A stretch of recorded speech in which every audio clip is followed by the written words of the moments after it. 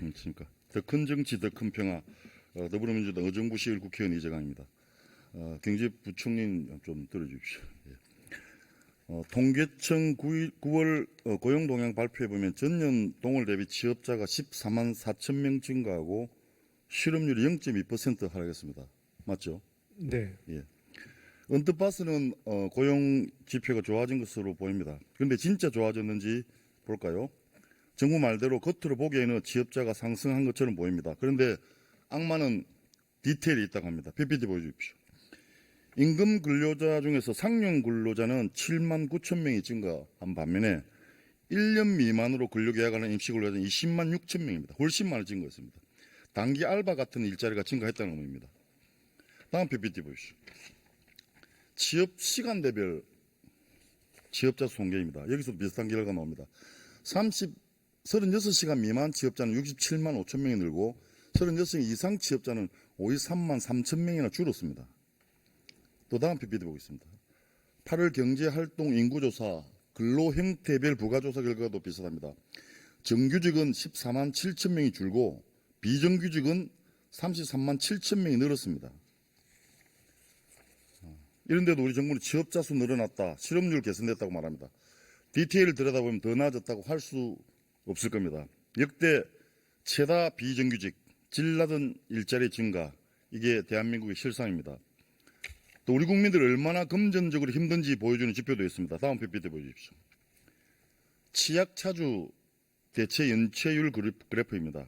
가계 취약차주, 자영업 취약차주 모두가 대출 연체율이 2022년 이후에 그래프 곡선 아주 가파르게 오르고 있습니다. 취약차주는 소득이 낮고 신용 점수가 낮아서 빚을 갚을 여력이 없나 이렇게 생각할 수 있지만 일반 가계, 자영업 기업들도 다르지 않습니다. 다음 PPT 보십시오. 일반 가계, 일반 자영업 기업들 모두 윤석열 대통령 집권 이후 지금까지 대출 연체율이 가파르게 상승하고 있습니다. 코로나 때도 이 정도는 안 했습니다. 지금이 코로나 때보다 더 안 좋다는 얘기입니다. 경기가 좋지 않다는 지표는 여러 곳에서 확인됩니다. 다음 PPT 보십시오. 올해 3분기 소상공인 경영지표도 악화되었습니다. 매출은 전년 대비, 전기 대비 모두 줄었습니다. 소상공인들이 지출도 줄여가며 허리띠를 졸라맸지만 이익 자체가 2분기 대비 13.7%나 감소했습니다. 이렇게 가계경제가 나빠지면 그 여파가 연쇄적으로 자영업과 기업으로 이어집니다. 국민들이 경제 불황을 피부로 느끼고 있다는 걸 이런 지표에서도 확인할 수 있습니다. 그런데도 정부는 경제가 회복되고 있다고만 주장하고 있습니다. 그걸 국민이 체감을 못하고 있다고 아무리 얘기를 해도 정부는 들은 척도 안 합니다. 고물가로 실질임금이 마이너스인 상황에서 취약계층이 얼마나 어려운 상황으로 내몰린지 아십니까? 물가가 높아 긴축재정해야 한다고 얘기하는 것은 경제 공부하는 학생이 원론적으로 할 얘기입니다. 복잡한 현실에서 재정을 줄여 총수요를 줄여버리면 경제적인 기반을 완전히 무너뜨릴 수 있다는 걱정은 안 합니까? 그리고 윤석열 정부는 이거를 긴축 재정을 하는데 이것은 물가를 관리하고 경제를 안정시키기 위한 정책적 결정이 아니라 정확히는 부자 감세로 인한 세수 펑크를 메우기 위한 예산 축소입니다. 말이 좋아 건전재정이지 부자 감세로 세수 결손이 생기니 기금이란 기금은 다 끌어다 쓰고 그러면서 예배비는 6천억이나 증액해달라고 대통령 경호실 예산은 3년 연속 증액해달라고 하니 이렇게까지 염치가 없을 수 있습니까? 윤석열 정부는 염치만 없는 게 아닙니다. 예의도 없습니다. 이런 예산을 들고 와놓고는 대통령은 시정연설도 불참했습니다. 국민은 패싱해도 된다 이겁니까? 윤석열 정부는 국민에 대한 예의조차 없습니다. 계속해서 하겠습니다. 윤석열 정부는 감세 정책으로 경제 활성화와 국민의 삶의 질 향상을 목표로 내세우고 있지만 과연 국민 대다수에게 실질적인 도움이 되는지 의문입니다. 이미 여러 나라를 통해 대규모 감세가 재정 적자를 악화시키고 국가 경제에 부정적 영향을 가져온 사실을 확인할 수 있습니다. 우리도 재정 부담과 사회적 요구가 동시에 증대되는 상황에서 무분별한 부자 감세는 심각한 우려를 낳고 있습니다. 재정 정책은 숫자가 아닌 국민 삶의 문제입니다. 정부가 진정 국민을 위한다면 감세 기조를 재검토하고 균형 잡힌 대안을 제시해야 합니다. 경제부는 계속 질의하겠습니다. PPT 한번 봐주십시오. 네, 계속 답변할 시간을 안 주시고 계속 말씀을 하시죠. 제가 마지막에 질문을 할 겁니다. 지금 감세 정책에서 계속 알겠습니다. 예. 네. 대표적인 감세 정책 실패 사례입니다. 보십시오. 영국 2020년 9월 영국의 리즈 트러스 총리는 부유층을 대상으로 대규모 감세 정책을 발표했습니다. 소득세 최고세율 45% 폐지와 법인세 인상 처리 등이 주요 내용이었습니다. 어떤 결과가 나온지 아시죠? 감세 발표 직후 파운드화 가치는 미 달러 대비 사상 최저 수준인 1.03달러로 급락했습니다. 영국 국채 금리가 급등하면서 금융시장이 불안해진 것이죠. 결국 트러스 총리는 감세 정책을 철회하고 취임 44일 만에 사임했습니다. 그리고 2000년대 초반 조지 부시 행정부는 부유층과 대기업을 대상으로 대규모 감세를 단행했습니다. 이른바 부시 감세라는 그런 정책은 소득세 최고세율 인하와 배당 소득세 감면 등 부유층에 대한 유리한 조치를 포함했습니다. 그 결과는 어땠습니까? 나오시죠. 재정 적자와 소득 불평이 심화되었고 2001년도 약 128억 달러의 연방 재정 적자가 2004년도에는 약 4,120억 달러 적자로 전환되었습니다. 소득 상위 1%는 세후 소득이 5년 사이 60% 증가한 반면 하위 20%는 4% 증가에 그쳐 불평등이 악화됐습니다. 일본 예를 들겠습니다. 1990년대 초반 소득세와 법인세 인하로 경기 부양을 시도했지만 91년 60%였던 GDP 대비 국가 부채 비율이 2000년대 초반 120%로 급증했습니다. 부총리께서는 일본 정부의 감세로 인한 세수 감소가 국가 재정 기반을 약화시켰다는 것은 동의하십니까? 역사적인 사실. 뭐 나중에 다 답변을 같이 드리겠습니다. 예. 아일랜드도 한번 보겠습니다. 제가 지금 감세 이야기를 계속하고 있습니다. 2000년대 중반 아일랜드는 법인세를 12.5%로 인하하고 외국인 투자를 유치했지만 부동산 버블과 금융위기로 재정 수입이 급감했습니다.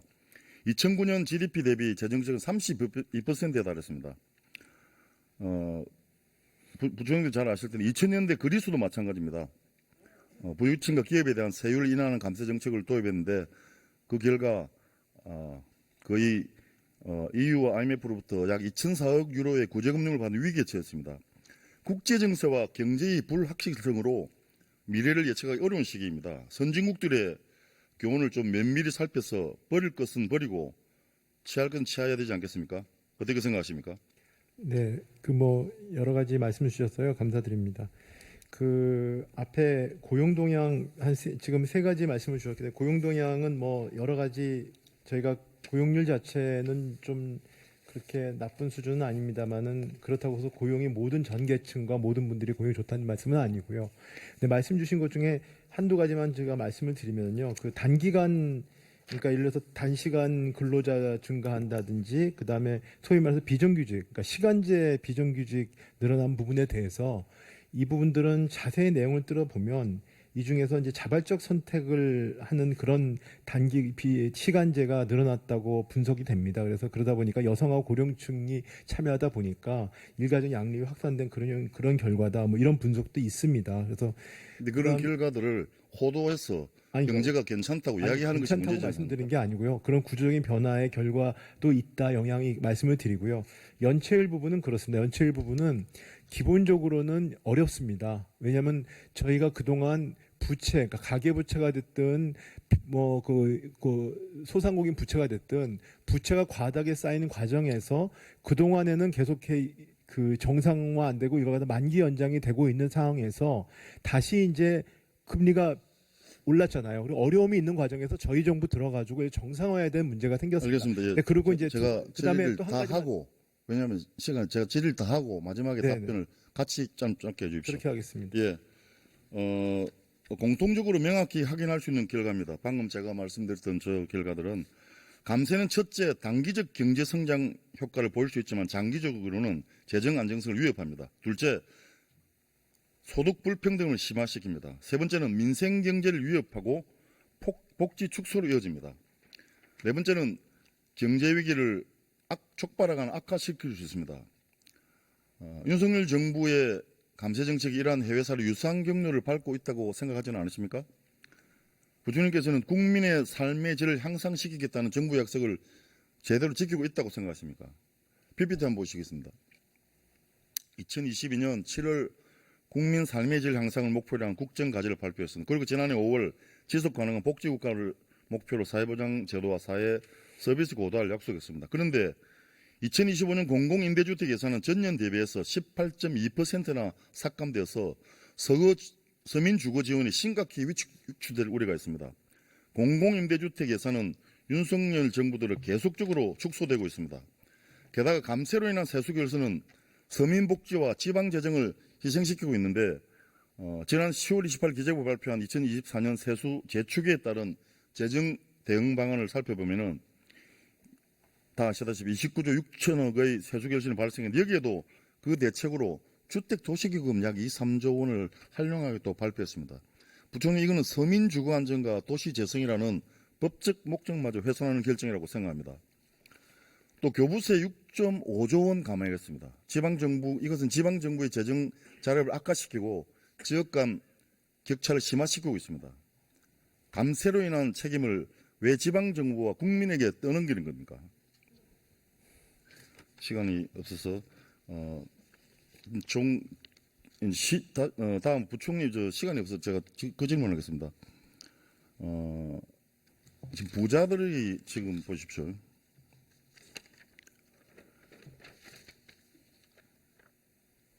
우리가 지금 윤석열의 감세 정책은 고소득층과 대기업에 집중되고 있습니다.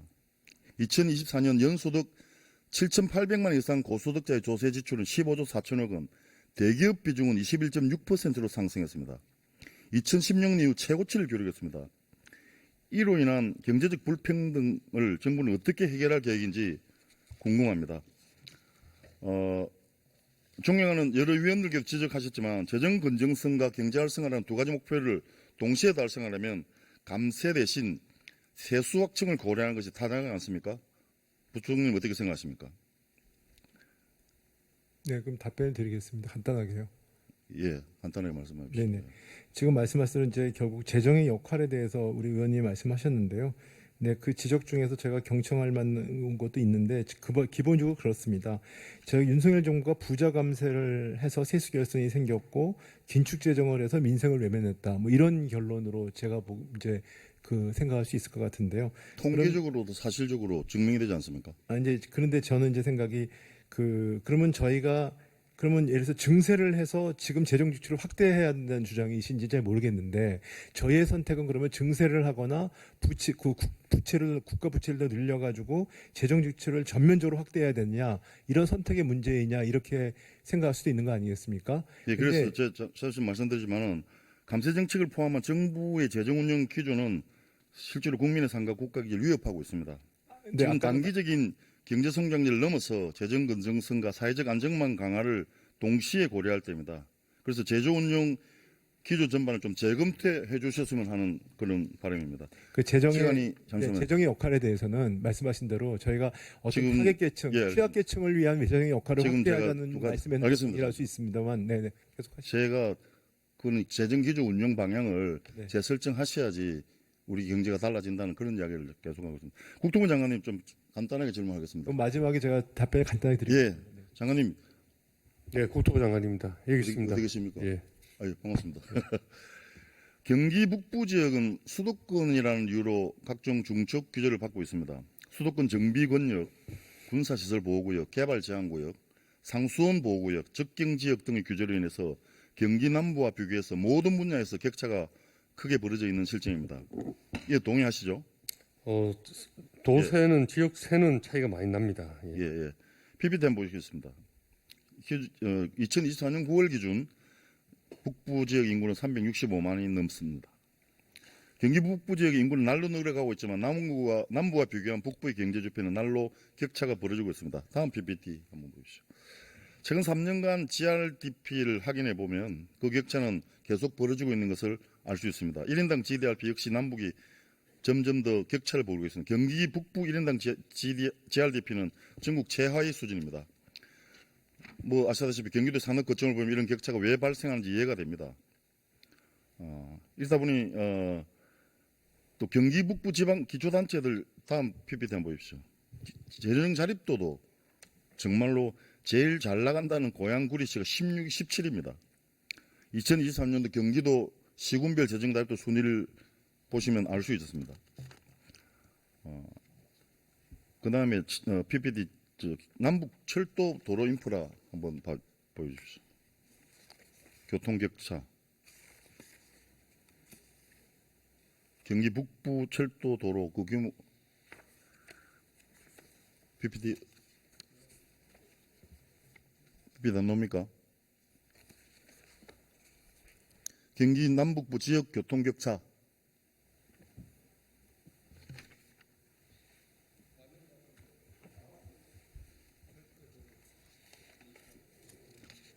예, 맞습니다. 예, 맞습니다. 예. 이렇게 차이가 엄청납니다. 다음 PPT 한번 보시죠.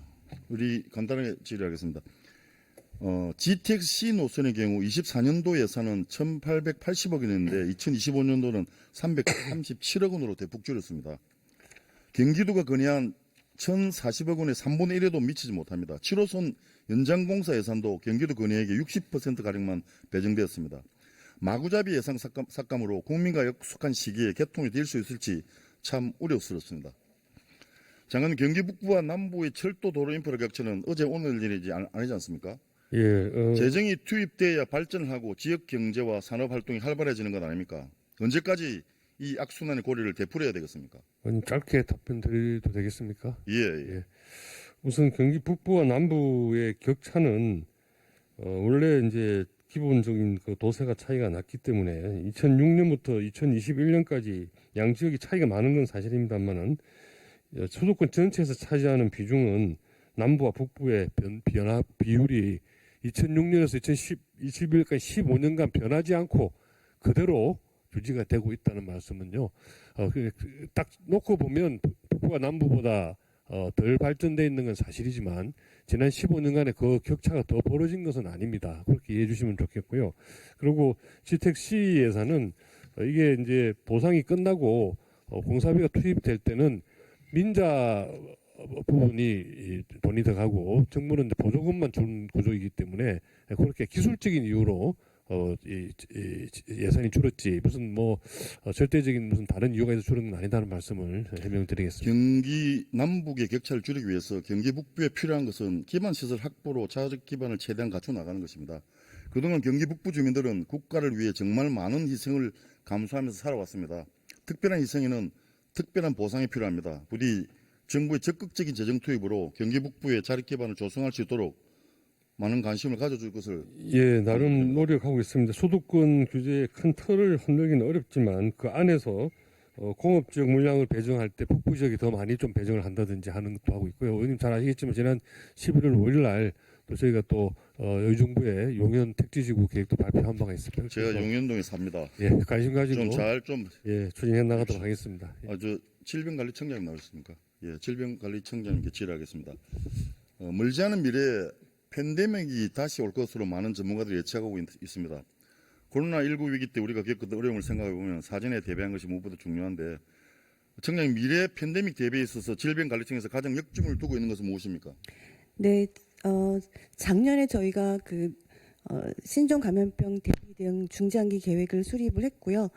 그 일환으로 이제 진단 검사라든지 또 역학조사, 방역, 또 의료 대응 체계, 또 그 백신 개발 등 저희가 10개 정도 과제를 중점 과제를 추진 중입니다. 그중에서 특히 미래 팬데믹 극복에서 가장 중요하다고 생각하는 부분 중에 하나가 이제 백신 개발이고요. 백신 확보고, 그래서 그것을 위해서는 이제 가장 개발 속도가 빠른 mRNA 백신 개발이 반드시 필요합니다. 그래서 저희가 그 팬데믹 대비해서 골든타임을 놓치지 않기 위해서 지금 사업을 굉장히 시급하게 추진을 하고 있고, 그 정책적 시급성이 인정이 돼서 지금 이제 예타 면제를 받았고 지금 적정성 검토가 진행 중입니다. 그래서 25년도에 290억 예산이 편성이 되었습니다.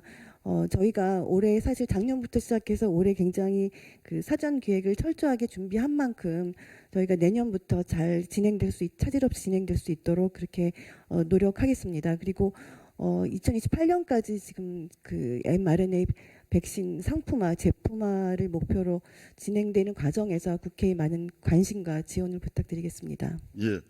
지난 코로나19 위기 상황 극복을 위해서 많은 노력을 기울였던 만큼 다가올 팬데믹에 있어서도 질병관리청에서 철저하게 대비해 주시길 바라면서 mRNA 백신 개발에 성공할 수 있도록 충분한 예산을 편성하고 차질 없이 진행할 수 있도록 노력해 주시기 바랍니다.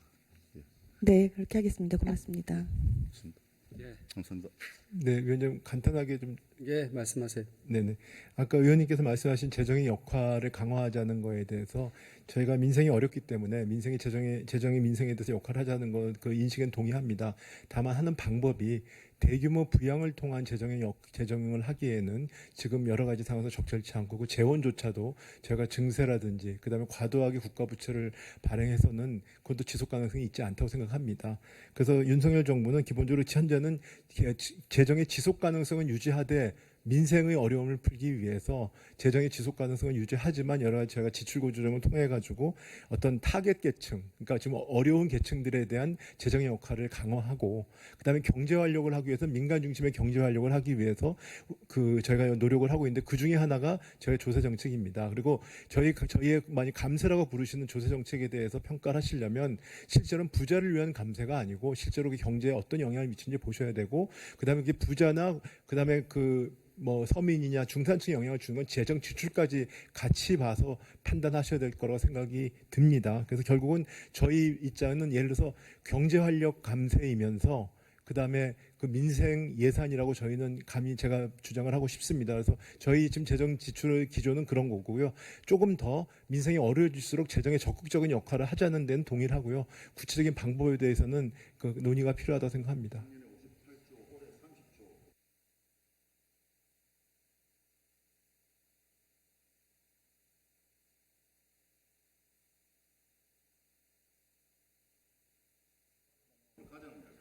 네, 세수 결손 부분은 물론 여러 가지로 제가 그 부분은 일단 저희가 대외 여건을 핑계 댄다고 하실지 모르지만 그런 부분들을 좀 극복하기 그렇기 때문에 그런 부분을 하기 위해서 경제 활력을 저희가 하고 기업들의 실적을 올리기 기업들의 경쟁을 높이기 위한 또 다양한 노력들을 하고 있습니다. 네. 네, 우리 보충 질의 때 다시 한번 하시죠. 예.